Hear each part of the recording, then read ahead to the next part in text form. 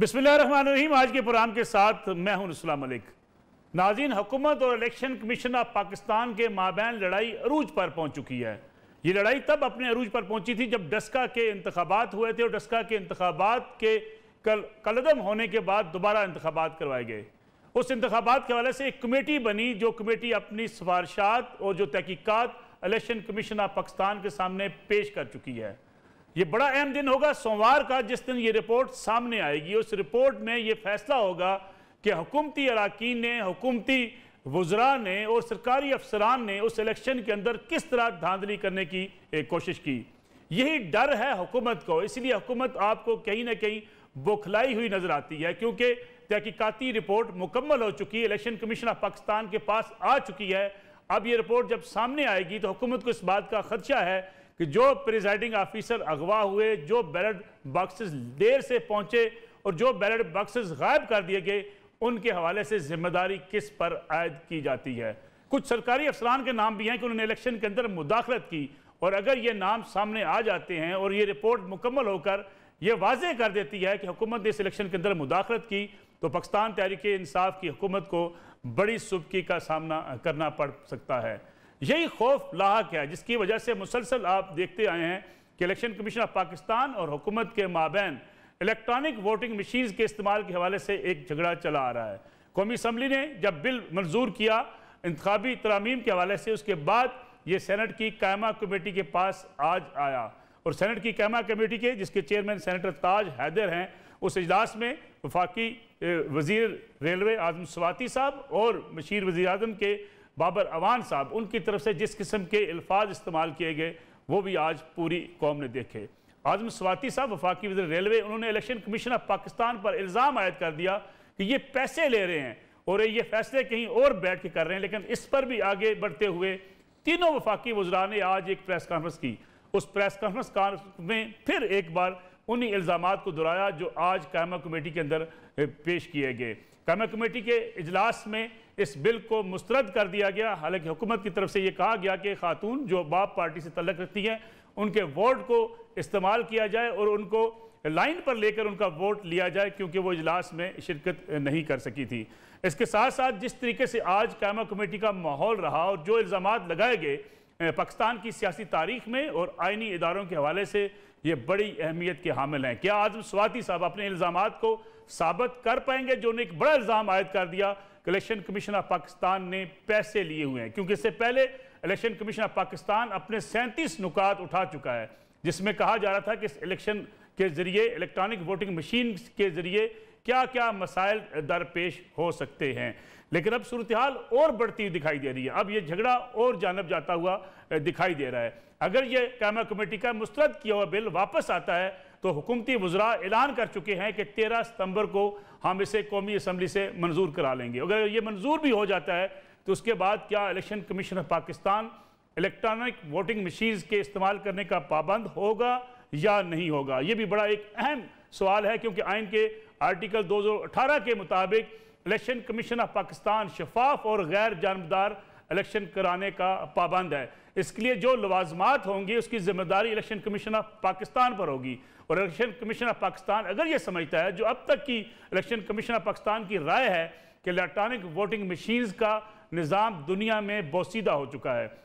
दुनिया के 18 ममालिक जिनने EVM का इस्तेमाल किया, उनमें से 9 ममालिक इसको डिसकंटिन्यू कर चुके हैं। बाकी ममालिक के अंदर भी आस्ता आस्ता मैनुअल सिस्टम की तरफ जाया जा रहा है, क्योंकि पाकिस्तान के हालात ऐसे हैं, ना यहाँ पे आपको मशीनें जगह रखनी है उनकी, ना ट्रेनिंग है, ना आपके पास वोटिंग का अमला इस तरह ट्रेंड है कि इलेक्ट्रॉनिक मशीन्स का इस्तेमाल किया जा सके। इस हवाले से बड़ी दिलचस्प सूरत हाल ये भी है कि हुकूमत पाकिस्तान ने इलेक्शन कमीशन ऑफ पाकिस्तान के एतराज़ात के हवाले से एक स्पेनिश कंपनी को ऑडिट कराने का हुक्म दिया, और ये कहा कि ऑडिट कराया जाए कि EVM का जो फैसला हुकूमत करने जा रही है, ये क्या दुरुस्त फैसला है या गलत फैसला है। ये रिपोर्ट पेश की गई हुकूमत पाकिस्तान को। स्पेनिश कंपनी ने, जिसने एक भारी मुआवजा वसूल किया था, उन्होंने हुकूमत पाकिस्तान को इस बारे आगाह किया कि ये एक बोसीदा सिस्टम है और इसे मुकम्मल तौर पर डिस्कार्ड समझा जाए। लेकिन उसके बावजूद इस पूरी रिपोर्ट को आज तक पार्लियामेंट में पेश नहीं किया जा सका। लेकिन उसके बावजूद जो इस वक्त हुकूमती वज़रा मौक़िफ़ रखते हैं, खासतौर पर आजम स्वाति साहब ने जब प्रेस कॉन्फ्रेंस की, जरा सुनिएगा कि इस पूरे झगड़े के बाद प्रेस कॉन्फ्रेंस में भी उन्होंने उसी किस्म की जुबान, उसी किस्म का रवैया इस्तेमाल किया जो आज कायमा कमेटी के इजलास के दौरान किया गया। इस FIR को जो इलेक्शन कमीशन ने दी है हमारी हुकूमत के खिलाफ, जो अच्छा काम करने के लिए जा रहा, आज मैं दावे से कहता हूं कि इलेक्शन कमीशन मुकम्मल तौर पर अपोजिशन के साथ मिलकर एक फरीक की हैसियत से शफाफ फ्री इलेक्शन कमीशन तुम भी तैयारी करो और जो अपोजिशन वाले हैं वो भी तैयारी करो। आज वो एक है, इंशाअल्लाह ताला इस मुल्क का पार्लिमान, सेनेट और नेशनल असेंबली अल्लाह के फजल से कानून की पासदारी करते हुए तुम्हें शिकस्त देंगे। हुकूमती वज़रा धमकियां लगा रहे हैं इलेक्शन कमीशन ऑफ पाकिस्तान को, आग लगाने की बात की जा रही है एक आईनी इदारे को।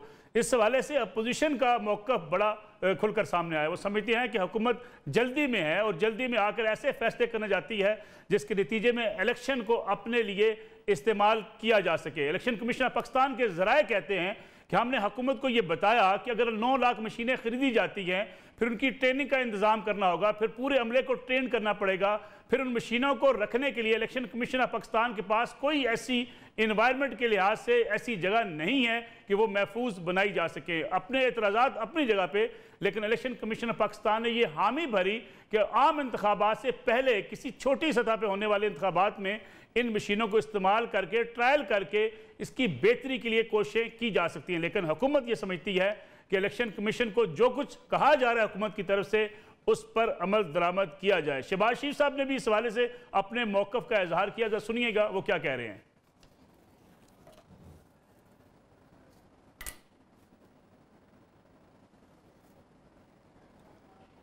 शायद खकान अब्बासी साहब क्या कह रहे हैं, जरा ये भी सुनिएगा।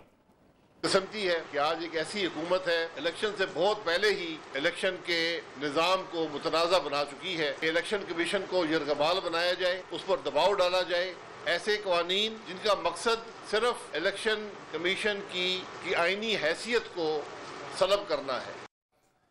मुल्क के सीनियर सियासतदान और कायमा कमेटी के चेयरमैन सेनेटर ताज हैदर साहब हमारे साथ मौजूद है, उनके साथ तशरीफ रखते हैं पिल डॉट के सरबराह जनाब अहमद बिलाल महबूब साहब। दोनों मेहमानों का बहुत शुक्रिया पुराने वक्त देने का। सेनेटर ताज हैदर साहब मुल्क के वो सियासतदान जिस पे सारी सियासी जमातें तकरीबन एतमाद का इजहार करती रही हैं, मुल्क के सीनियर सियासतदान शुमार होते हैं। ताज हैदर साहब, आपकी मौजूदगी में भी आज जिस किस्म की सूरत-ए-हाल का आपको सामना करना पड़ा, जो कुछ कायमा कमेटी के इजलास में आज हुआ, क्या पार्लियामेंट की तारीख में ऐसी मिसाल मिलती है कि अराकीन पार्लियामेंट के हैं कि इलेक्शन कमीशन पैसे लेता है, इलेक्शन कमीशन को आग लगा देनी चाहिए? देखें, आज तो नहीं आया था बिल आज तो नहीं आया था। ये बिल तो बहुत पहले आया था।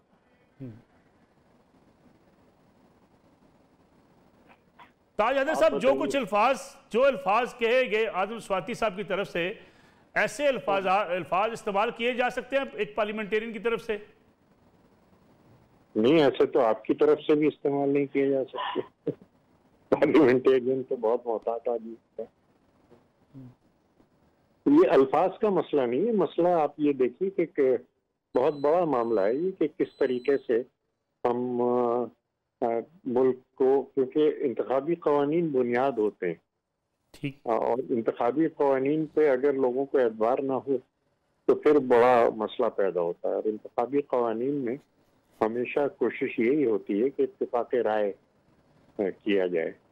आपकी मालूमात शायद ठीक नहीं है, आज 8वीं हमारी जी 8वीं इजलास थी, बिल्कुल 8वां इजलास था जी। और ये भी मेरे ख्याल से आपको गलत ब्रीफिंग दी गई है कि अब नेशनल असेंबली पास करेगी।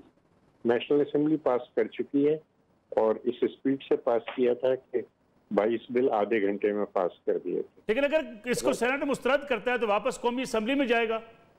जी नहीं, कौमी असेंबली इसको फिर से नहीं देखेगी। कौमी असेंबली इसको भेजेगी फिर ज्वाइंट सेशन के लिए। ठीक है। Article 70 sub article 3 of the constitution, और उसमें जो एक बात आ रही है वो ये कि सेनेट का सेशन जो है वो बुलाया नहीं गया है। आखिरी सेशन जो था वो 16 जुलाई को खत्म हुआ था, तो कोई 60 दिन के करीब हो गए। तो सेनेट को ये इख्तियार नहीं दिया जा रहा कि वो इन बिल्स को, क्योंकि वो 90 दिन के अंदर अगर पास ना हो तो फिर वो उस हाउस से बिल वापस चला जाता है। तो सेनेट ऑफ पाकिस्तान को ये इख्तियार नहीं दिया जा रहा है कि वो जो 22 बिल जो आधे घंटे में पास हुए थे उन पर गौर खौस कर सके और उस पर कोई कार्रवाई कर सके, क्योंकि ये आपने इतने दिन सेनेट का इजलास नहीं बुलाया तो मुद्दत खत्म होगी। लेकिन ताज हैदर साहब, हुकूमत ये इंप्रेशन क्यों दे रही है कि वो इलेक्ट्रॉनिक वोटिंग चाहती है, वो शफाफियत चाहती है, अपोजिशन शफाफ इंतखाबात चाहती नहीं है, इसलिए हुकूमत साथ नहीं देती? नहीं, वो जैसा भी है वो देते रहे तासुर। असल मामला ये है कि टेक्नोलॉजी के इस्तेमाल पे एक सबके सब मुत्तफिक हैं, इलेक्शन कमीशन भी, हुकूमत भी और तमाम सियासी जमातें चाहती हैं। लेकिन ये ऐसी चीज़ नहीं है कि किसी टेक्नोलॉजिकल प्रोडक्ट पे आप अंधा ईमान ले आएं या यकसर रद्द कर दें। उसको देखना होता है, उसको समझना होता है, और जिस वक्त आप इस्तेमाल करने जाते हैं तो ये ज़रूरी है कि लोग उस पर एतबार करें।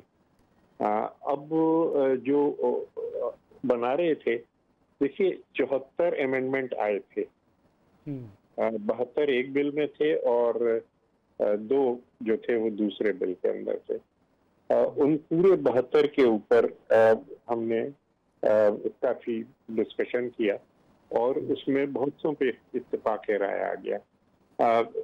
अपोजिशन ने कोई 23 अमेंडमेंट ऐसे थे जिनको कहा कि हाँ ये अच्छे अमेंडमेंट हैं और उनको कबूल किया कि हाँ हम इसको सपोर्ट करेंगे। इसी तरीके से हुकूमत ने मोहतरम अली मोहम्मद खान जिम्मेदारी ले रहे थे और जो ऐसे बिल थे कि जो आइन से मुतसादिम थे या ऐसे बिल थे कि जो इलेक्शन कमीशन की पावर्स को कम कर रहे थे, मोहतरम मोहम्मद अली खान साहब ने दूसरे ही दिन कह दिया कि नहीं, हम इनको परसू नहीं करेंगे और इनको आप स्ट्राइक डाउन कर दें। कुछ ऐसे थे कि जिन पर डिस्कशन बाकी था थोड़ा सा कि ये लफ्ज यहाँ दे दिया जाए, ये इधर से ये कर दिया जाए, तो उसके ऊपर इत्तेफाक राय हो चुका था, जो कि मैं समझता हूँ कि इस कमेटी की बहुत बड़ी कामयाबी थी। और इस कामयाबी का सर मैं अपोजिशन या किसी को नहीं देना चाहता, क्योंकि दोनों जानिब से बहुत ही मुस्बत रवैया इख्तियार किया गया था। ये जो 2 हैं, ईवीएम का बिल और गैर मुल्की पार्टी जी हाँ, तो अब इस पे बहुत सी अच्छी तजावीज़ आई। एक तजवीज़ ये थी कि हाँ इलेक्ट्रॉन जो टेक्नोलॉजी है उसको दर्जा बदर्जा, स्टेप बाय स्टेप वो हम लाएं इसके अंदर। अब पहला स्टेप उसका हो रहा था वोटर आइडेंटिफिकेशन, क्योंकि जिस वक्त वोटर अंदर जाता है पोल तो उसको अपनी शनाख्त करानी होती है कि जनाब, और जो पोलिंग एजेंट बैठे होते हैं, जो पोलिंग अफसर बैठे होते हैं, उनको ये वेरीफाई करना होता है कि हाँ ये वही शख्स है जिसका वोट है। उसके लिए तजवीज़ ये थी कि जो बायोमेट्रिक वेरिफिकेशन का तरीका है कि आप अंगूठा लगाते हैं, जो कि बैंकों में भी मुस्तमिल है, बल्कि मैं ये कहूँगा कि जिस वक्त आदमी शनाख्ती कार्ड लेने जाता है और हर वोटर के पास शनाख्ती कार्ड होता है तो वो अपना थंब इम्प्रेशन नहीं बल्कि कोई जो बायोमेट्रिक है उस मशीन के ऊपर वो जाता है, तो उस मशीन पे हर वोटर का एतमाद है। बिल्कुल ठीक। तजवीज़ ये थी कि आप इलेक्शन के अंदर हर पोलिंग स्टेशन के ऊपर वो मशीन दे दें ताकि ये बात यकीनी बनाई जा सके कि ये वोटर वही है जिसका नाम अंदर है।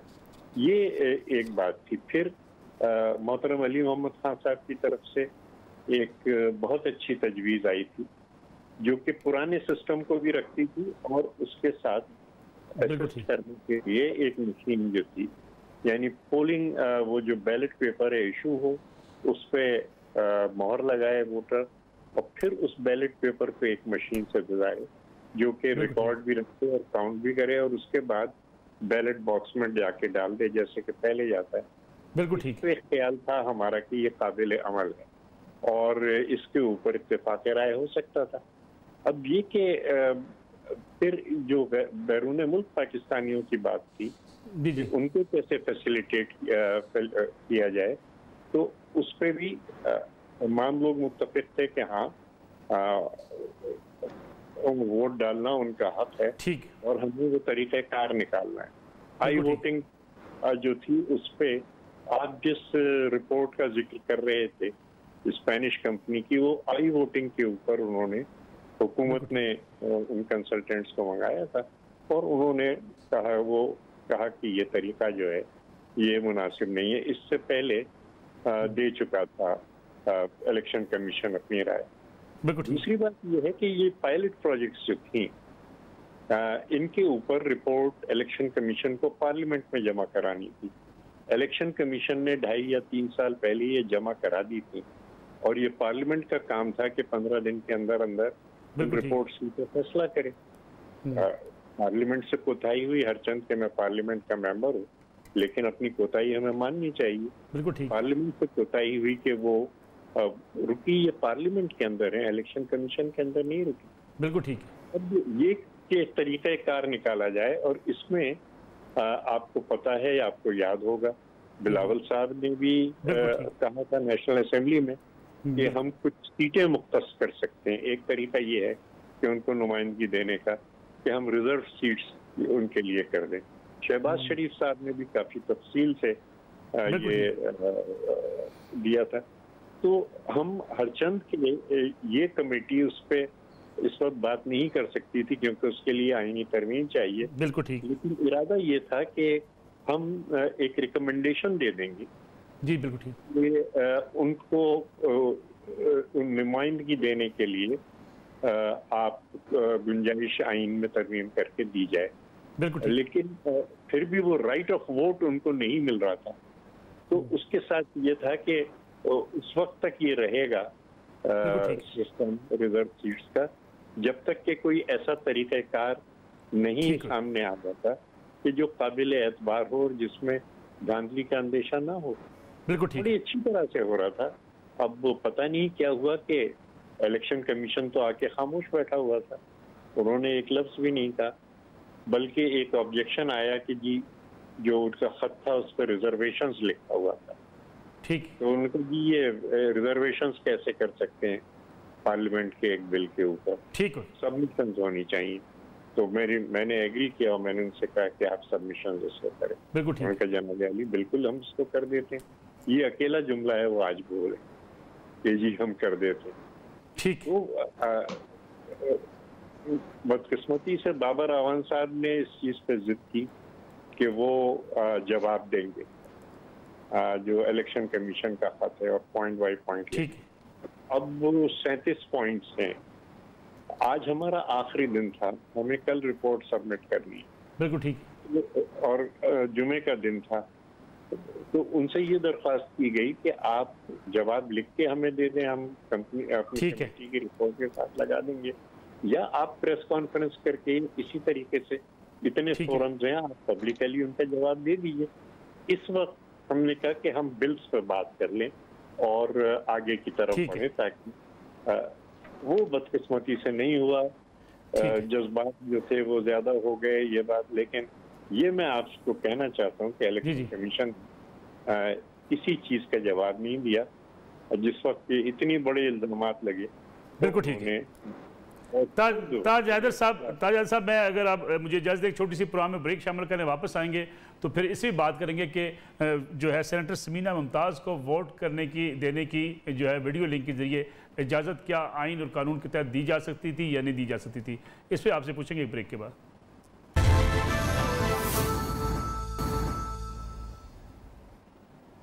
प्रोग्राम एक बार फिर खुश आमदीद है। बिलाल महबूब साहब, मसला तो शफाफियत का है। हुकूमत हो या अपोजिशन हो, एक साफ शफाफ इंतखाबात मुल्क की ज़रूरत होते हैं।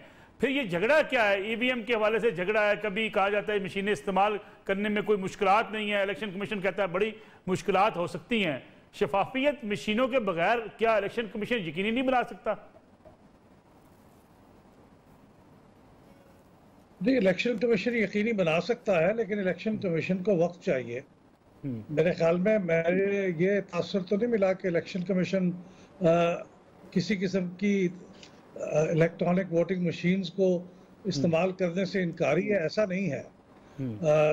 मेरे ख्याल में ये मसला तो प्रैक्टिकल प्रॉब्लम्स का था और किस किस्म का इलेक्ट्रॉनिक वोटिंग मशीन होनी चाहिए, उसमें क्या सहूलतें होनी चाहिए और ये कि वो कितने अरसे में हो सकता है। ज़्यादातर तो इलेक्शन कमीशन के अगर आप एतराज़ात पढ़ लें वो ये बता रहे हैं कि उसके लिए स्टोरेज चाहिए, उसके लिए लॉजिस्टिक्स चाहिए, उसके लिए ट्रेनिंग चाहिए, उसके लिए प्रोक्योरमेंट का टाइम चाहिए। वो इन सारे को अगर आराम से बतदरीज करने के लिए तैयार हों तो इलेक्शन कमीशन को भी एतराज़ नहीं है और हमें भी एतराज़ नहीं है। अगरचे हम ज़ाती तौर पे समझते हैं कि पाकिस्तान में जो एतराज़ात होते हैं इलेक्शन के ऊपर उनका इलेक्ट्रॉनिक वोटिंग मशीन से ज़्यादा ताल्लुक़ नहीं है, वो पोल प्रोसेस के ऊपर एतराज़ात होते हैं, वो ऐसे मामलात होते हैं बुनियादी नौइयत के कि उसका इलेक्ट्रॉनिक वोटिंग मशीन से कुछ ज़्यादा लेना देना नहीं है। लेकिन ठीक है, इसमें कुछ फ़ायदे भी हो सकते हैं। इनवैलिड वोट्स जो हैं वो आपके 3% के करीब होते हैं। पिछले इलेक्शन में 24 कॉन्स्टिट्यूंसीज थी, उनमें मार्जिन ऑफ विक्ट्री उससे कम था, तो इसका मतलब है वहाँ पे रिजल्ट मुख्तलिफ हो सकते थे अगर वो वोट ज़ाया ना जाते। तो इलेक्ट्रॉनिक वोटिंग मशीन का एक बड़ा फ़ायदा ये है कि वो आपके इनवैलिड वोट्स की तादाद तकरीबन 0 हो जाती है, तो वो बहुत अच्छी बात है। लेकिन ये सब कुछ करना चाहिए। अगर आप इतने पैसे तकरीबन कोई इलेक्शन कमीशन का तखमीना है 150 बिलियन रुपीज़, लेकिन अगर उससे कम भी हों 70, 80, 90, 100 बिलियन भी हों तो भी ये बड़ी ख़तीर रकम है। अगर आप ये खर्च करना चाहते हैं तो फिर बहरहाल उसको कामयाब करने के लिए इसको बतदरीज इम्प्लीमेंट कीजिए और जैसे जैसे आप उसको इम्प्लीमेंट करते जाएं उससे सबक सीखते जाएं और उसके ऊपर चीज़ों को इम्प्रूव करते जाएं। और बिल्कुल सही फरमाया सेनेटर ताज हैदर साहब ने, तो वो एक रिपोर्ट पढ़ी हुई है 2 साल से ज़्यादा, चौथा साल होने को आया है वो तकरीबन, कि वो पार्लियामेंट के सामने पढ़ी है। सही तरीका तो यह था कि उससे आगाज़ करते बहस का, ताकि उससे जो लेसन लर्न किए हैं इलेक्शन कमीशन ने वो तमाम पार्लियामेंटेरियंस के सामने आते और आइंदा का लाएमल उससे चलता। अब दूसरी बात यह है कि मशीन वगैरह बनाने का काम जो है ये मेरी दानिश में तो इलेक्शन कमीशन का काम है। ये आप लेजिस्लेट कीजिए और फिर छोड़ दीजिए इलेक्शन कमीशन पे, वो स्पेसिफिकेशन सेट करे, रूल्स बनाए, प्रोक्योर करे, उनकी टेस्टिंग करे और फिर उनको इम्प्लीमेंट करे। लेकिन अगर आप ये खुद बना के हर जगह पे उसकी मार्केटिंग करेंगे और उसको करेंगे और कल को मानते हैं कि कल को ये मशीन, ज़रूरी नहीं कि ये मशीन हो, वो कोई और मशीन होगी, तो अब ये इसरार के आप आके देखिए कैसा काम कर रही है, उसका कोई खास अमली फायदा नहीं होने वाला। अहमद बिलाल महबूब साहब, इलेक्शन कमीशन पाकिस्तान से कहा जाता है कि वो पैसे ले लें और एक अमूमी तासर ये बन रहा है कि इलेक्शन कमीशन पाकिस्तान पैसे लेता नहीं है, जबकि इलेक्शन कमीशन पाकिस्तान का मौक़िफ़ ये है कि नादरा को जो पहले प्रोजेक्ट्स दिए गए वो कंप्लीट हुए नहीं हैं, हम दोबारा कैसे पैसे लेके फिर नादरा को दे दें? अगर हुकूमत देना चाहती है खुद दे दे, इलेक्शन कमीशन को पैसे क्यों देना चाहती है? दुरुस्त है, ये असल में माजी में तो सुप्रीम कोर्ट की हिदायत पे भी और हुकूमत की ख्वाहिश पे भी ऐसा हुआ है बारहा कि कंसल्टेंट भी मुकर्रर हो गए, इंटरनेट वोटिंग टास्क फोर्स भी बन गई, उसके बाद फिर उसके काम को ऑडिट करने के लिए कंसल्टेंट भी मिनिस्ट्री ऑफ इंफॉर्मेशन टेक्नोलॉजी ने मुकर्रर कर दिया। ये सारे दरहकीकत इलेक्शन कमीशन के दायरे कार में आने वाले काम हैं, ये उनको करने चाहिए, उनको फैसला करना चाहिए कि हमें इस मौके पे किसकी मदद दरकार है। नादरा की मदद दरकार है, किसी कंसल्टेंट की मदद दरकार है। लेकिन ये अगर उनको कहा जाए और डिक्टेट किया जाए कि अब आप ये लीजिए पैसे और अब आप ये कर लीजिए, तो नाम तो इलेक्शन कमीशन का हो लेकिन ख्वाहिश किसी और की हो, तो इलेक्शन कमीशन माजी में तो इसके ऊपर अमल दरामद करता रहा है। लेकिन अब जो इलेक्शन कमीशन है वो बाज़ाहिर ऐसे लगता है कि वो अपनी अथॉरिटी को कुछ असर्ट करना चाहता है, जो कि बड़ी अच्छी खबर है, क्योंकि माजी में इलेक्शन कमीशन बिल्कुल तमाम ख्वाहिशात के ऊपर अदालत उसको कह दे, हुकूमत जोर लगा ले, कोई ज़्यादा तेजी जो जोर के साथ बात कह दे तो उसकी बात पे फ़ौरन आमन्ना और सदकना कह देता था। मेरे ख्याल में इलेक्शन कमीशन का ये काम नहीं है, जिम्मेदारी उनकी है, तो फिर उन्हें किसी चीज़ के ऊपर अपनी राय को असर्ट करने का हक भी होना चाहिए। तो इस वक्त इलेक्शन कमीशन ये काम कुछ करता हुआ नज़र आ रहा था, 10 के इलेक्शन के बाद से। उससे पहले आपने देखा कि सेनेट के इलेक्शन में भी ओपन और सीक्रेट बैलेट के ऊपर भी उन्होंने अपना एक मौकफ रखा और उस पर इसरार किया, उससे पीछे नहीं हटे, माजी में हट जाते रहे थे। तो ये अच्छी खबर है। तो मेरे ख्याल है इसलिए अब ये इख्तलाफ पैदा हो रहा है। जी जी अहमद मिलाद महबूब साहब, लेकिन अगर ये हुकूमत जो है पार्लियामेंट से मंजूरी करा के ले भी आती है, ईवीएम को जो है वो मुसलत कर भी देती है, इलेक्शन कमीशन ऑफ पाकिस्तान के पास तो इख्तियार है कि वो ज़राए इस्तेमाल करे जो शफाफियत के हवाले से दुरुस्त हो, तो फिर भी ईवीएम अगर इस्तेमाल इलेक्शन कमीशन नहीं करता तो इख्तियार तो रहेगा ये इलेक्शन कमीशन ऑफ पाकिस्तान के पास। देखिए असूलन तो जब कोई कानून पास हो जाए तो फिर इलेक्शन कमीशन का काम तो ये है कि उसके ऊपर अमल दरामद करे, इल्ला ये कि वो ये समझे कि ये कुछ कॉन्स्टिट्यूशन की वायलेशन हो रही है किसी चीज़ की, तो फिर वो अदालत से रजू कर सकता है, इलेक्शन हुकूमत को भी, पार्लियामेंट को भी तवज्जो दिला सकता है। लेकिन मेरे ख्याल में उसके ऊपर जो जुज़ियात हैं, उसके ऊपर जो रूल्स बनने हैं, उसकी जो स्पेसिफिकेशंस तय होनी है और उसका फिर जो इम्प्लीमेंटेशन का टाइम है, उसके ऊपर गालिबन इलेक्शन कमीशन के पास ये थोड़ा सा लीवे होगा। और अगर वो ये समझता है कि प्रैक्टिकली ये 2 साल के अंदर 2023 के इंतखाबात में एक ही जस्त में उसको इम्प्लीमेंट करना मुमकिन नहीं है, तो फिर गालिबन उसके पास ये इख्तियार होगा कि वो उसके ऊपर कह सके कि नहीं साहब इसको हम बतदरीज करेंगे। बिलाल महबूब साहब, अगर मुझे इजाजत एक छोटी सी और कमर्शियल ब्रेक प्रोग्राम में शामिल कर लें, वापस आते हैं।